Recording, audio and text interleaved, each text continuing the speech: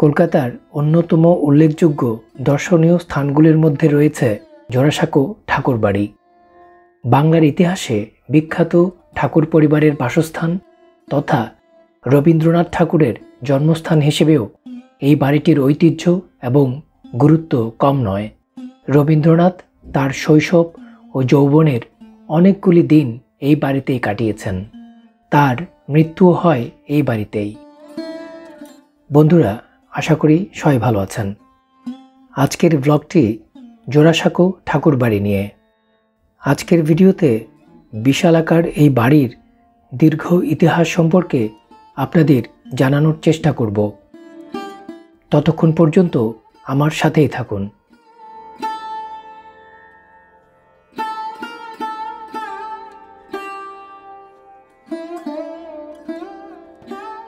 বন্ধুরা, প্রথমেই এখানে কিভাবে আসা যায় সেটা আপনাদের সুবিধার্থে জানিয়ে দিই। ট্রেনে করে আসতে হলে হাওড়া বা শিয়ালদা স্টেশনে নেমে সেন্ট্রাল এভিনিউ বা বাগবাজারগামী যে কোনো বাস ধরে জোড়াসাঁকো স্টপেজে নেমে পড়তে হবে। সেখান থেকে সামান্য হাঁটলেই মূল প্রবেশদ্বার চোখে পড়বে। হাওড়া স্টেশন থেকে বাসে সরাসরি জোড়াসাঁকো স্টপেজে নামা যায়। অন্যদিকে শিয়ালদা স্টেশন থেকে হাওড়াগামী যে কোনো বাসে উঠে মহাত্মা গান্ধী রোডে নেমে সেখান থেকে মিনিট 15 হাঁটলেই জোড়াসাঁকো চলে আসা যাবে। তবে কেউ চাইলে মেট্রো করেও আসতে পারেন। সেক্ষেত্রে নিকটবর্তী গিরিশ পার্ক মেট্রো স্টেশনে নামতে হবে।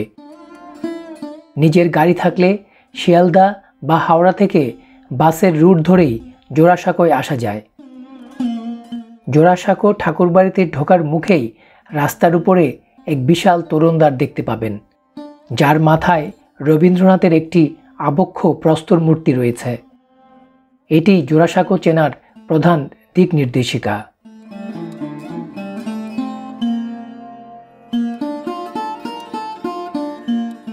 উত্তর কলকাতার জোড়াসাঁকোয় অবস্থিত সুপ্রাচীন জোড়াসাঁকো ঠাকুরবাড়িটি প্রায় 3500 বর্গমিটার জমির উপর গড়ে উঠেছে। বিশালকার এই বাড়ির সঙ্গে জড়িয়ে আছে দীর্ঘ ইতিহাস।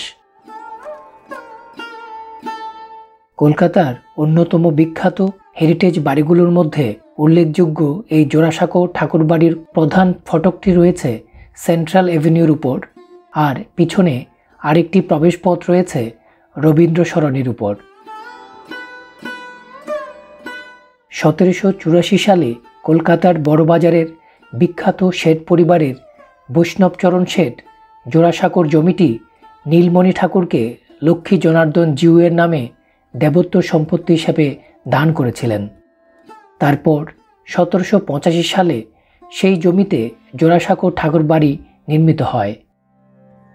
নীলমণি ঠাকুর এই বাড়ির ইমারত গড়ে তুললেও দ্বারকানাথ ঠাকুরের সময় থেকেই জোড়াসাঁকো ঠাকুরবাড়ির খ্যাতি ছড়িয়ে পড়ে। দ্বারকানাথ ঠাকুর তৎকালীন সময়ে খ্যাতনামা শিল্পপতিদের মধ্যে অন্যতম ছিলেন।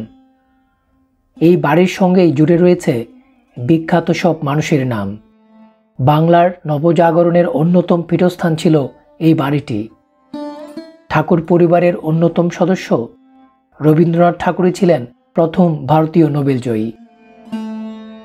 তার লেখা কবিতা, গান ও গল্প উপন্যাস সারা বিশ্বের মানুষকে আজও মুগ্ধ করে। এই বাড়িতেই রবীন্দ্রনাথ ঠাকুর 1941 সালের 7ই আগস্ট শেষ নিঃশ্বাস ত্যাগ করেন। ঠাকুরবাড়ির সামনের অংশে 1962 সালের 8ই মে প্রধানমন্ত্রী জওহরলাল নেহরুর উদ্যোগে রবীন্দ্র ভারতী বিশ্ববিদ্যালয় স্থাপিত হয়।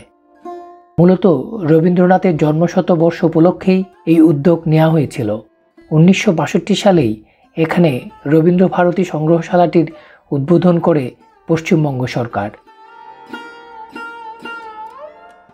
আজ যেখানে মহর্ষি ভবন, দ্বারকানাথ সেখানেই স্থাপন করেছিলেন ভদ্রাসন বাড়ি। 1861 সালে এই মহর্ষি ভবনে জন্ম হয় রবীন্দ্রনাথের। এখানেই 1823 সালে বৈঠকখানা বাড়ি নামে আরেকটি ভবন নির্মাণ করিয়েছিলেন দ্বারকানাথ, যদিও তা পরে ভেঙে ফেলা হয়। সেই বৈঠকখানা ভবনে আগে গিরীন্দ্রনাথ ঠাকুর সপরিবারে থাকতেন, আর অবনীন্দ্রনাথ ঠাকুর সেখানে শিল্পচর্চা করতেন। বর্তমানে মহর্ষি ভবনের পাশে যে বিচিত্রা ভবন রয়েছে তা 1897 সালে রবীন্দ্রনাথ নিজে নির্মাণ করিয়েছিলেন। জোড়াসাঁকো ঠাকুরবাড়ির বর্ণনা দিতে গেলে প্রথমেই বলতে হয় বিশালাকার লাল বাড়িটার কথা, যার চারদিক ঘিরে রয়েছে সুসজ্জিত গাছপালা। এই বাড়ির প্রতিটি কোণে পাওয়া যায় জমিদারি ঐতিহ্যের ছোঁয়া। বিশ্বভারতীর তত্ত্বাবধানে খুব সুন্দরভাবে যত্নের মধ্যে এই বাড়ি আর বাড়ির ভিতরের ঘর, তার আসবাবপত্র ও অন্যান্য সংগ্রহশালার উপাদানগুলিকে সংরক্ষণ করা হয়েছে। বাড়ির ভিতর এবং বাইরের পরিবেশ দুইই অত্যন্ত পরিষ্কার পরিচ্ছন্ন। ঠাকুর বাড়ির দোতলা আর তিনতলাতেই মূলত অনেক কিছু দর্শনীয় রয়েছে। মূল বাড়িটির ঘরগুলিতে এখন নানাবিধ উপাদানে সাজিয়ে তোলা হয়েছে। পুরোটাই যেন একটা চলমান সংগ্রহশালা। জোড়াসাঁকো ঠাকুরবাড়ির দেখার বিশেষ তালিকায় প্রথমেই রয়েছে রবীন্দ্রনাথ ঠাকুরের জন্মগ্রহণের ঘর এবং যে ঘরে তার মহাপ্রয়াণ ঘটেছিল সেটি। এই মহাপ্রয়াণের ঘরে বসেই জীবনের উপান্তে এসে তিনি লিখেছিলেন তোমার সৃষ্টির পথ কবিতাটি, যা কিনা রবীন্দ্রনাথের লেখা শেষ কবিতা হিসেবে বিবেচিত।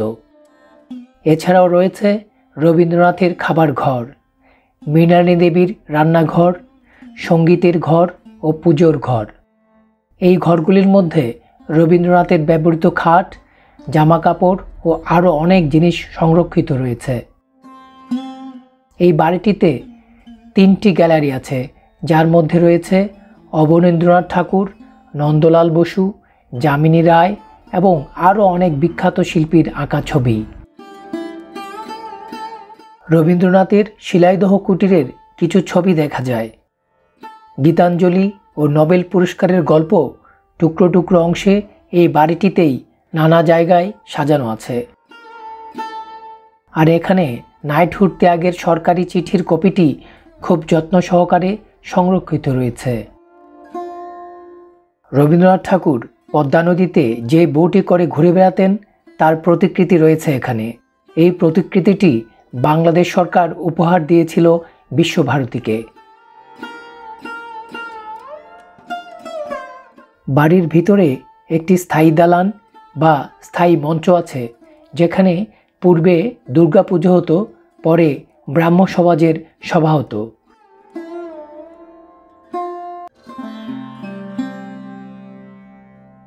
আর বাড়ির বাইরে দেখা যায় রবীন্দ্রনাথের ব্যবহৃত একটি গাড়ি, যা অতীত দিনের স্মারক। রবীন্দ্রনাথ যে ঘরটিতে বসে লেখালেখি করতেন সেই ঘরটি দেখা যাবে বিচিত্রা ভবনের পাশেই। ঘরে তার ব্যবহৃত আরাম কেদারাটি এখনও অক্ষত। তাছাড়া বাড়ির চারকোণা দীর্ঘ বারান্দাটিরও একটি বিশেষ অংশ খুব গুরুত্বপূর্ণ, যেখানে শেষ বয়সে রবীন্দ্রনাথের শল্য চিকিৎসা হয়েছিল। হাসপাতালের বদলে বাড়ির বারান্দাকেই অপারেশন থিয়েটার বানিয়ে সেকালের বিখ্যাত চিকিৎসক ডাক্তার বিধানচন্দ্র রায়, নীলরতন সরকার প্রমুখদের তত্ত্বাবধানে রবীন্দ্রনাথের শরীরে অস্ত্রোপচার করা হয়। আজও সেই স্মৃতি হিসাবে মহর্ষি ভবনের দোতলার বারান্দায় একটি কাচের বাক্সের মধ্যে অস্ত্রোপচারের প্রতিরূপ সাজানো আছে। সবশেষে দক্ষিণের বারান্দাটির কথা না বললেই নয়। এই বারান্দাতেই রবি ঠাকুরের কিশোরবেলার দিনগুলি কেটেছিল হাসি খেলায়। বছরের যে কোনো সময় জোড়াসাঁকো ঠাকুরবাড়ি ভ্রমণে আসা যায়। সোমবার বাদে সপ্তাহের প্রতিদিনই সকাল 10:30 থেকে বিকেল 5টা পর্যন্ত ঠাকুরবাড়ি খোলা থাকে। ঠাকুরবাড়ি ভ্রমণের জন্য কাউন্টার থেকে টিকিট কাটতে হবে। জোড়াসাঁকো ঠাকুরবাড়িতে ভিডিও করা এবং ছবি তোলা নিষেধ, তবে অনুমতি সাপেক্ষে স্থায়ী মঞ্চ এবং বাড়ির সামনের বাগানে ছবি তোলা যায়। ছবি তুলতে চাইলে সেজন্য অতিরিক্ত 50 রুপি জমা দিতে হয়। বন্ধুরা, আজ এ পর্যন্তই। ভিডিওটি ভালো লাগলে লাইক শেয়ার করতে ভুলবেন না। দেখা হবে নতুন কোনো ভিডিওতে, নতুন কোনো জায়গায়। ততক্ষণ পর্যন্ত চ্যানেলটি সাবস্ক্রাইব করে সাথে থাকুন। সবাই ভালো থাকুন, সুস্থ থাকুন।